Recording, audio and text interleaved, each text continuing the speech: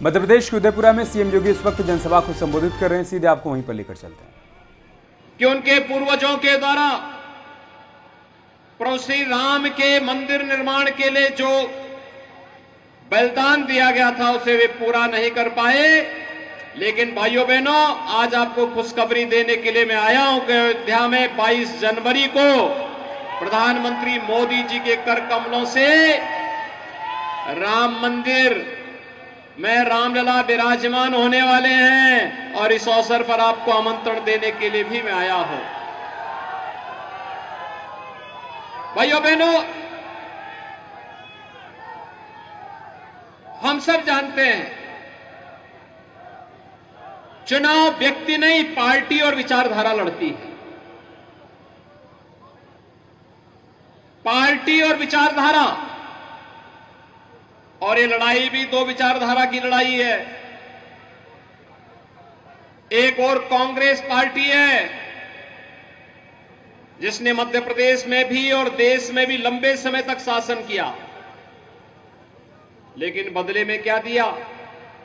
समस्या, आतंकवाद की समस्या, नक्सलवाद की समस्या, उग्रवाद की समस्या, शोषण की समस्या, भ्रष्टाचार की समस्या, ये माफियावाद, ये गुंडावाद, ये जितनी भी अराजकता है, ये सब कांग्रेस की देन है। समस्या कांग्रेस की देन है और कांग्रेस जहां भी रहती है, कांग्रेस इस समस्या का पर्याय बन चुकी होती है।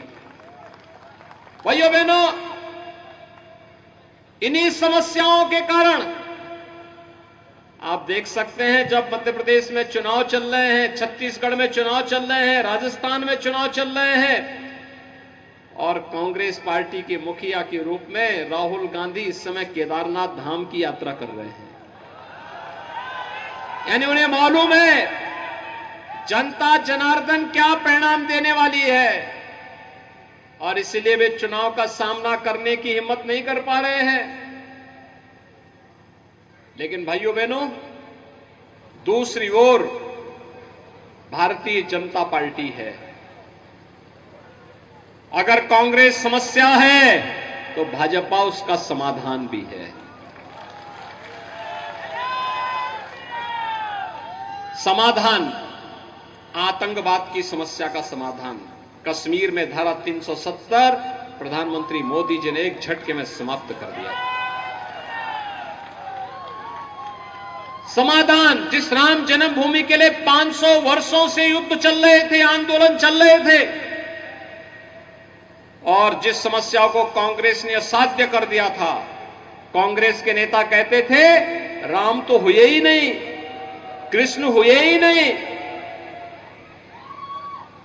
उस समस्या का समाधान भी भाजपा ने ही, प्रधानमंत्री मोदी जी के नेतृत्व में डबल इंजन की भाजपा सरकार ने एक झटके में करके आज राम मंदिर के निर्माण का मार्ग भी प्रशस्त कर दिया है। मैं पूछना चाहता हूं भाइयों बहनों, मैं पूछता हूं, जो आज काशी में काशी विश्वनाथ धाम देखने को मिल रहा है, क्या ये कांग्रेस कर पाती? क्या अयोध्या में राम मंदिर का निर्माण क्या कांग्रेस कर पाती? और महाकाल के महालोक का निर्माण भी क्या कांग्रेस कर पाती? भाइयों बहनों, कांग्रेस, तो मैं पहले भी कहा हूं, देश की समस्या का नाम है और भाजपा उस समस्या का समग्र समाधान का नाम है। और इसीलिए भाइयों बहनों, आपने देखा होगा पिछले 9.5 वर्ष के अंदर प्रधानमंत्री मोदी जी के नेतृत्व में देश की तकदीर बदली है, तस्वीर बदल गई है। वैश्विक मानचित्र पर अगर आप देखेंगे तो भारत आज एक नई ऊंचाइयों को प्राप्त कर रहा है ना। भारत का सम्मान बढ़ा है दुनिया में। भारत को संकट मोचक के रूप में लोग देखते हैं, प्रधानमंत्री मोदी जी को देखते हैं। देश के अंदर आतंकवाद की समस्या का समाधान, नक्सलवाद की समस्या का समाधान, भ्रष्टाचार पर प्रभावी अंकुश और इंफ्रास्ट्रक्चर, वर्ल्ड क्लास इंफ्रास्ट्रक्चर होना चाहिए।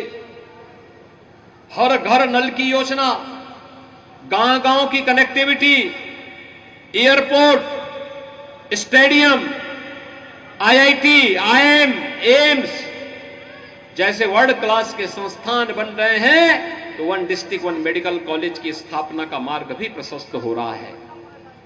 भाइयों बहनों, कांग्रेस चाहती तो देश के अंदर सर्वाधिक समय तक शासन करने के कारण वह भी समस्या का समाधान कर सकती थी, लेकिन नहीं, वह समस्या देने वाले थे और भाजपा समाधान करने वाली है।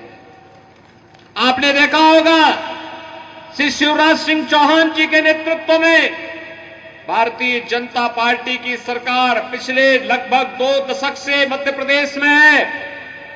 ये मध्य प्रदेश पहले बीमारू राज्य की श्रेणी में आता था और शिवराज जी के नेतृत्व में आज मध्य प्रदेश बीमारू राज्य से उभर करके एक विकसित राज्य की ओर अग्रसर हुआ है। विकास दर, कृषि विकास दर मध्य प्रदेश की देश के अंदर सर्वाधिक है। अग्रणी राज्यों में आज मध्य प्रदेश की भी गिनती हो रही है। यहां पर व्यापक परिवर्तन करने का कार्य यह शिवराज सिंह चौहान के नेतृत्व में भारतीय जनता पार्टी की सरकार ने किया है। भाइयों बहनों, आज जो परिवर्तन आप देखते हैं, हर गरीब के घर में शौचालय बन रहा है, हर गरीब के सिर को ढकने के लिए आवास मिल रहा है, हर गरीब को स्वास्थ्य की सुविधा के लिए 5 लाख रुपए का स्वास्थ्य बीमा का कवर मिल रहा है। और भाइयों बहनों, यही नहीं, कोरोना जैसी महामारी के दौरान 80 करोड़ लोगों को फ्री में राशन की सुविधा का लाभ, उज्ज्वला योजना में हर गरीब के पास, पहले क्या होता था, पहले तो कनेक्शन रसोई गैस का मिलता नहीं था, और मिल गया तो त्योहार के दिन जब घर में भोजन बनने की बात आती थी, पूरा परिवार एकजुट होता था, तब रसोई गैस का सिलेंडर समाप्त। अब सिलेंडर लेने के लिए जाओ तो वहां इतनी लंबी लाइन लगी रहती थी कि पुलिस के डंडे चटकने लगते थे। तो या तो पुलिस का डंडा खाओ और खाली सिलेंडर लेके आओ तो घर में बेलना से मार खाओ। यही तो कांग्रेस करती थी। दिनेश प्रताप सिंह हमारे मंत्री ने कई बार बेलना से मार खाए, क्योंकि ये भी पूर्विया है और पूर्विया ठाकुर होने के नाते कई बार, इसलिए इस बार इन्होंने ही चयन किया कि मैं रायसेन में ही काम करूंगा। भाइयों बहनों, मोदी जी ने ऐसी समस्या का समाधान किया कि आज यहां पे कोई समस्या नहीं, रसोई गैस के जितने कनेक्शन लोगों को चाहिए मिल जाएगा और गरीब को फ्री में मिल जाएगा। हर घर तक बिजली का कनेक्शन पहुंचाने की व्यवस्था। और अब तो आप लोग तो सौभाग्यशाली हैं कि मां गंगा की गोद से आकर के, मां नर्मदा की गोद में आकर के बैठ करके अपने जीवन को समृद्धि की ओर अग्रसर कर रहे हैं। लेकिन भाइयों बहनों, बहुत बड़ी संख्या में लोग ऐसे भी जहां पानी नहीं है। मैं देख रहा था कितनी उर्वरा भूमि है यहाँ की, धान की, कई किलोमीटर दूर तक धान लहला रहा है। कितना अच्छा धान पैदा होता है। सचमुच यहाँ का किसान अभिनंदनीय है। और उस किसान के लिए किसान सम्मान निधि भी है। और अभी तो महिलाओं के लिए मध्य प्रदेश सरकार ने लाडली बहना योजना की योजना यहां लागू की है। और प्रधानमंत्री मोदी जी ने नारी शक्ति वंदन अधिनियम के माध्यम से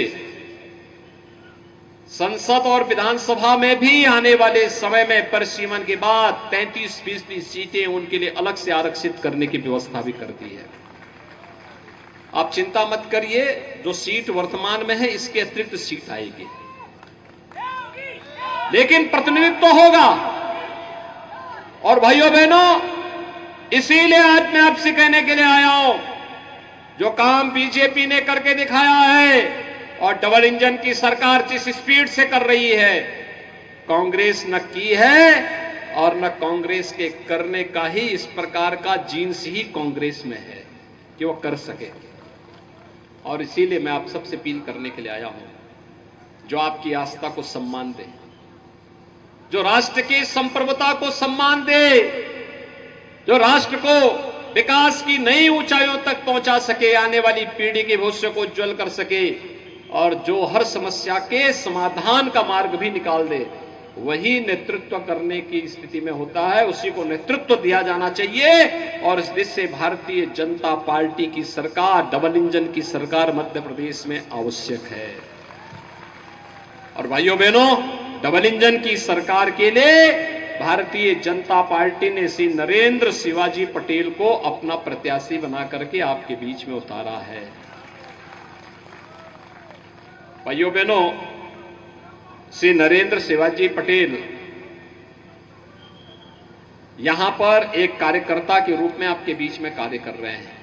और मेरी तो अपील है, रायसेन विधानसभा क्षेत्र में उदयपुरा से श्री नरेंद्र पटेल हैं, भोजपुर से श्री सुरेंद्र पटवा हैं, अपने पूर्व मुख्यमंत्री श्री सुंदरलाल पटवा जी के पुत्र हैं। और भाइयों बहनों, सांची से डॉक्टर प्रभुराम चौधरी हैं, जो यहां के स्वास्थ्य मंत्री भी हैं। और सिलवानी से श्री रामपाल सिंह जी हैं, जो मध्य प्रदेश में लोक निर्माण मंत्री के साथ साथ सांसद भी रहे हैं। मेरी आप सबसे अपील होगी कि भगवान बुद्ध की तपोस्थली सांची, 200 रुपए के नोट में उस स्तूप को हम देखते हैं। और ये सभी क्षेत्र अपनी समृद्धि के लिए अपनी एक नई पहचान बनाते हैं। और इसीलिए नरेंद्र पटेल आपको अयोध्या का दर्शन करा सके, इसके लिए उनको पहले विधानसभा में भेजने की तैयारी करवाइए।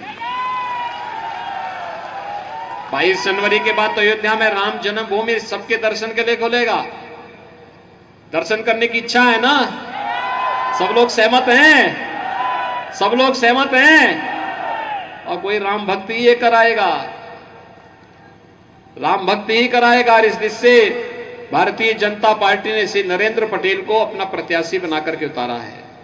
आप सब सहमत हैं? सहमत है ना? तो मेरे साथ एक बार जोरदार तरीके से बोलेंगे, भारत माता की, भारत माता की। कमल चुनाव चिन्ह पर श्री नरेंद्र पटेल को भारी बहुमत से विजयी बनाने की अपील करते हुए उदयपुरा से नरेंद्र पटेल को, भोजपुर से श्री सुरेंद्र पटेल को, सांची से डॉक्टर प्रभुराम चौधरी को, सिलवानी से श्री रामपाल सिंह जी को भारी बहुमत से कमल चुनाव चिन्ह पर चुनाव विजयी बनाने की अपील करते हुए मैं अपनी वाणी को देता हूं विराम। जय जय श्री राम।